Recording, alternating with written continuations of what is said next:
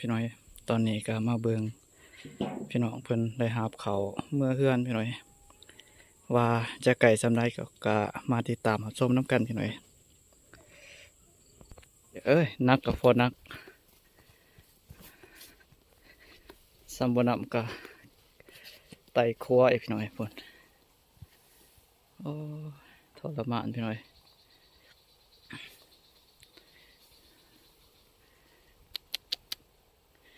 พุ่นบิดแหละคนหนึ่งพี่น้อยข้ามสะพานพี่น้อยพุ่นเอ้ยทรมานพี่น้อยสิขามไปได้ถามซ้ำไหม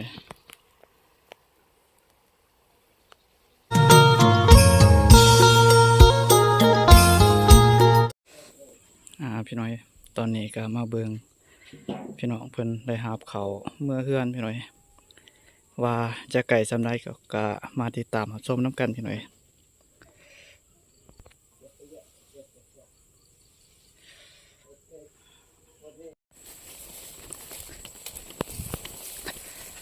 พุ่นแล้วพี่น้อย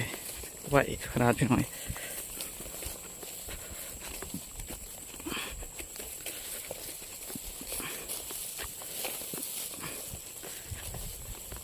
3 เมื่อหอเทือนพี่น้อยโมเมนต์ของง่ายเลยพี่น้อง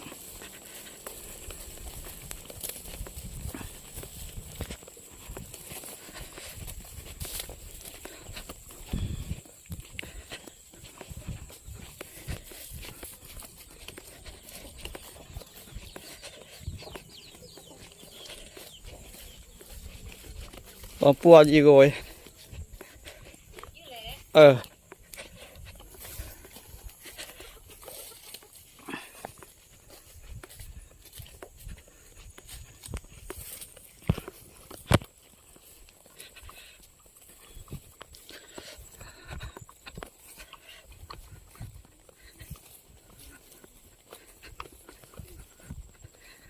พุ่นพี่น้อย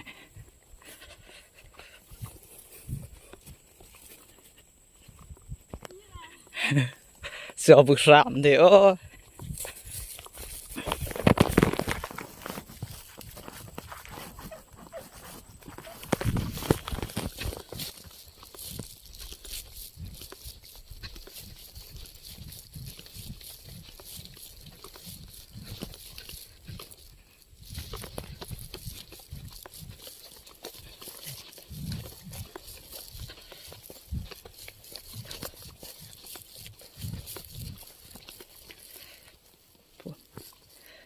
ปะ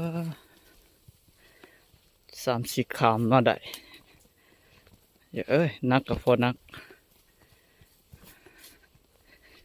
สัมบนำกับไต่ครัวไอพี่น้อยพุ่นโอ้ทรมานพี่น้อย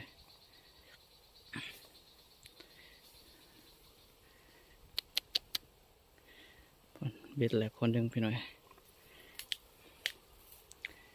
ข้ามสะพานพี่น้อยพุ่นเอ้ยทรมานพี่น้อยสิขามไปได้ถามซ้ำไหม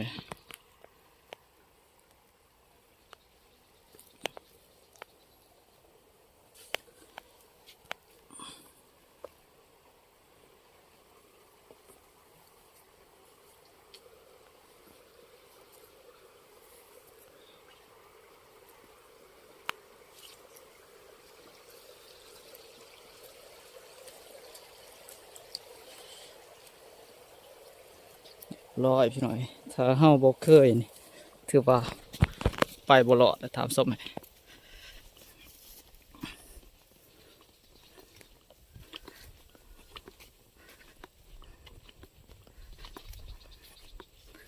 ตอนนี้ก็ขามห้วยไปได้เลยถามซ้ำไหมยังอีกสิได้ผ่านธง2 ธง 3 ธงพี่น้อย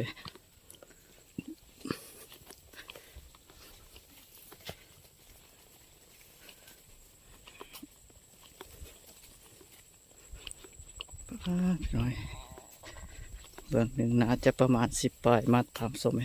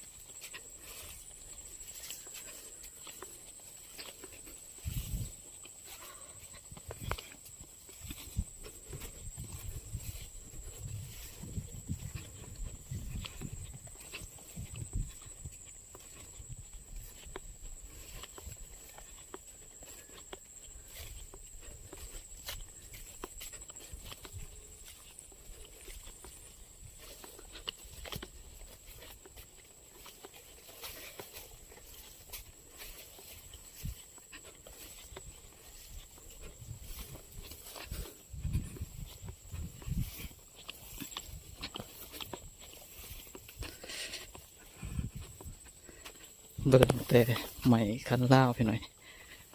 นวลขึ้นตามสมัย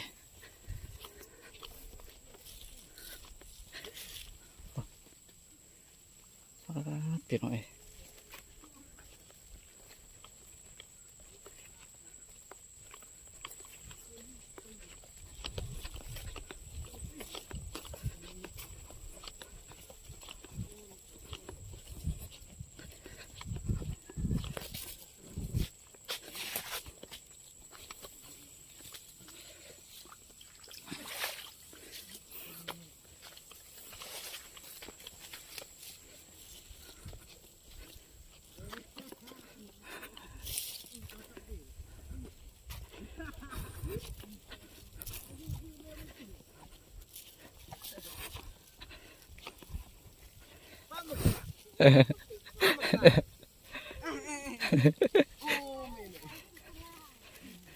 บ่จักบอกว่ามันหนักว่าสิ ป้ามักติดป้ามักติด หอมแล้วน้ำไม่ให้ไป แหน่เอาเนม โอ้ยบ่แจ้งละ บึ้งเปิดอุนิกละ อีกกลางซับแน่แหละ กลางไพ่เอง น้ำไม่ให้เด้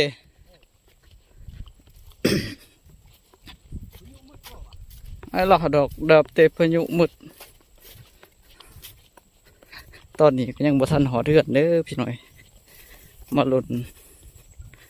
น้ำกันพี่หน่อยเขาเจะกว่านักพอสมควรถามสมัยสามเมื่อหอดบานหอดเทือนพี่หน่อย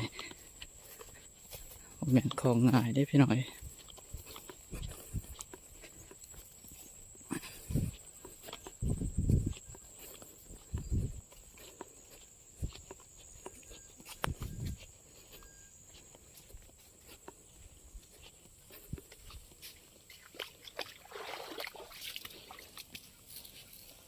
พ้นแล้วพี่หน่อยทางนั้นพ้นพี่หน่อยสังกะสีสีขาวได้พี่หน่อยจริงหอเทือนของกระเจ้าถามส้มไหมถือว่าไกลพอสมควรถามส้มไหม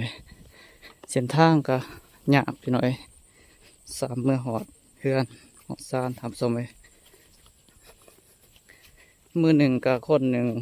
น่าจะประมาณ3 เที่ยวถามส้มไหม3 เที่ยวก็ตอนแรกถามส้มไหมก็ถือว่านักเมื่อยพี่หน่อยกลางเว้นก็เกี่ยวเข่าพี่หน่อยตอนแรกก็หาบเข่าค้นเข่าเมื่อบานเมื่อเฮือนทำสมัยจากหน้าก็ไกลพอสมควรทำสมัยพูดแหละตารู้ตนของข้าเจ้าพี่หน่อยพี่หน่อยประมาณนี้ถามสมัย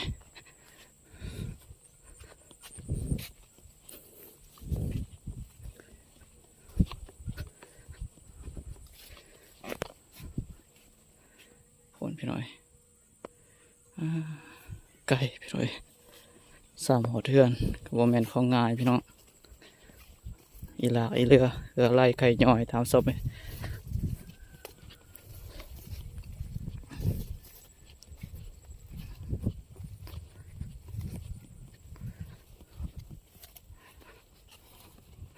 ทางนี้ก็เกี่ยวไก่สิเบิดเลยพี่น้อย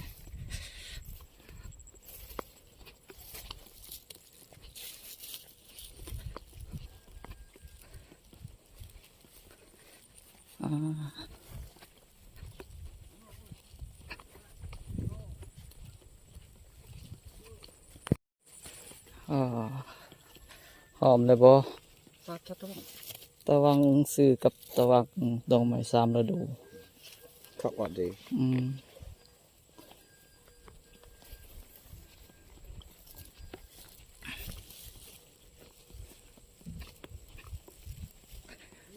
ปังไงไก่ปังไง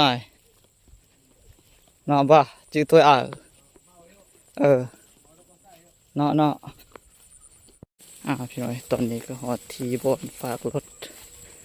ที่หอยพี่หน่อยชิได้เดินทางกลับทำส้มไหม